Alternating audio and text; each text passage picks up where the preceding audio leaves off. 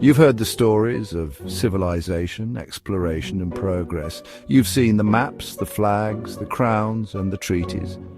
But there's a side of colonial history you were never taught. This is the dark truth about colonialism, the version that didn't make it into your school textbooks. Stay with us. When we hear the word colonialism, it's often accompanied by phrases like bringing civilization, advancing trade, or sharing knowledge. In many former colonial powers, history classes still frame European empires as heroic ventures, brave men exploring unknown lands and building global connections. But here's the truth about colonization. It was never about civilizing, it was about controlling. The colonial history that's been whitewashed in many Western countries hides the violence, the economic theft, the cultural erasure, and the centuries of exploitation that built modern Europe on the broken backs of colonized peoples. European empires didn't just sail into foreign lands and make friendly deals. They conquered, they enslaved, they killed. So take the Belgian Congo, for instance. Under the rule of King Leopold II, millions of Congolese people were, well, either mutilated or worked to death for the sake of rubber and ivory.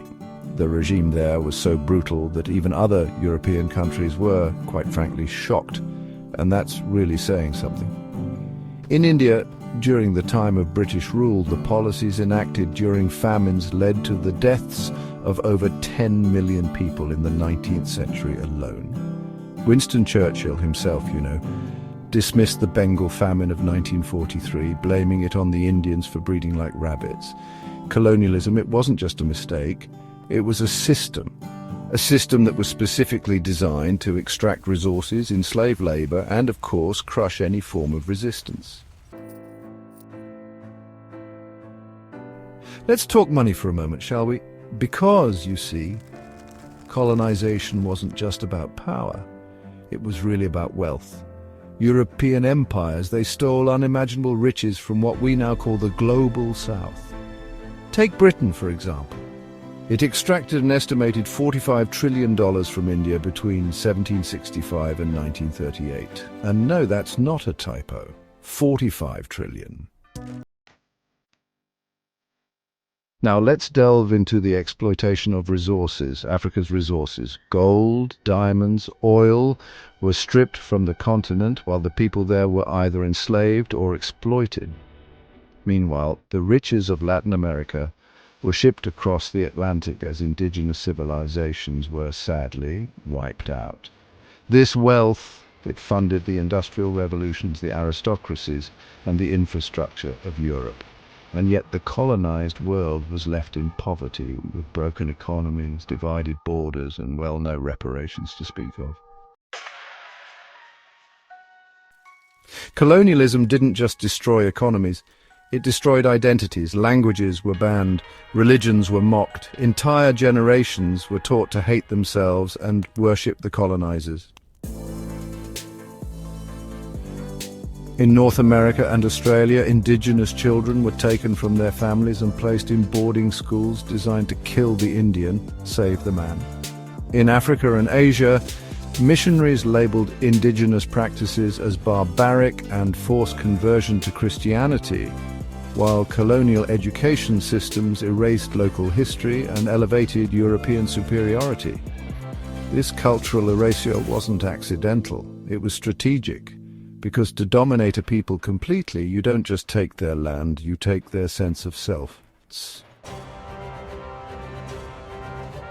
Here's another part of the truth about colonization. Resistance never stopped.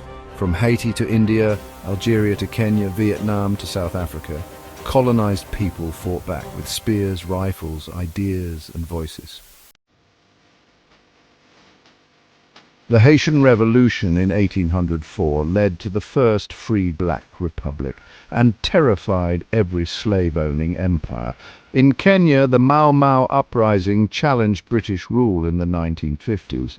The British responded with torture camps, Many survivors still live today. These weren't just rebellions, they were struggles for dignity, for freedom, for justice. And even after independence, the colonial mindset, and often the foreign corporations, remained.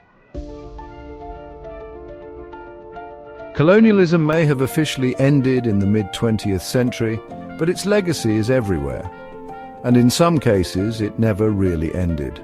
Today, many former colonies are trapped in debt cycles with Western banks and institutions like the IMF and World Bank, which often dictate their economic policies.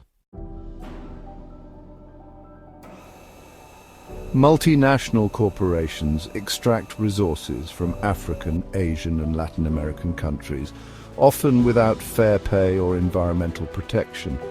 And former colonial powers still wield political influence over their ex-colonies through economic pressure and military alliances. This is what scholars call neo-colonialism. The empire may be gone, but the exploitation continues. You might be asking, why wasn't I taught any of this in school? Because history is written by the victors and sanitized by the powerful. Admitting the full truth about European empires would mean reckoning with genocide, slavery, theft and racism on a global scale. It would mean questioning the moral foundation of Western civilization.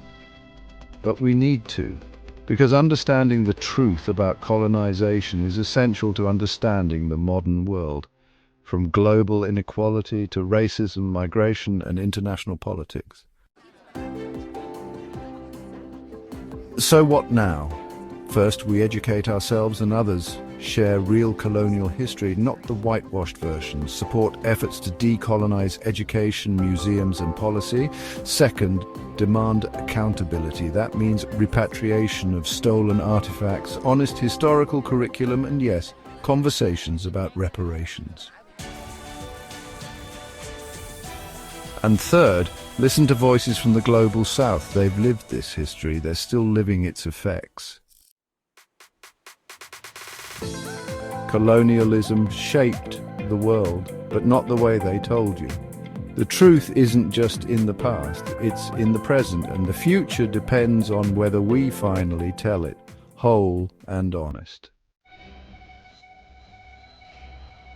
If this video opened your eyes, here's what you can do next. Subscribe to this channel for more untold truths from history.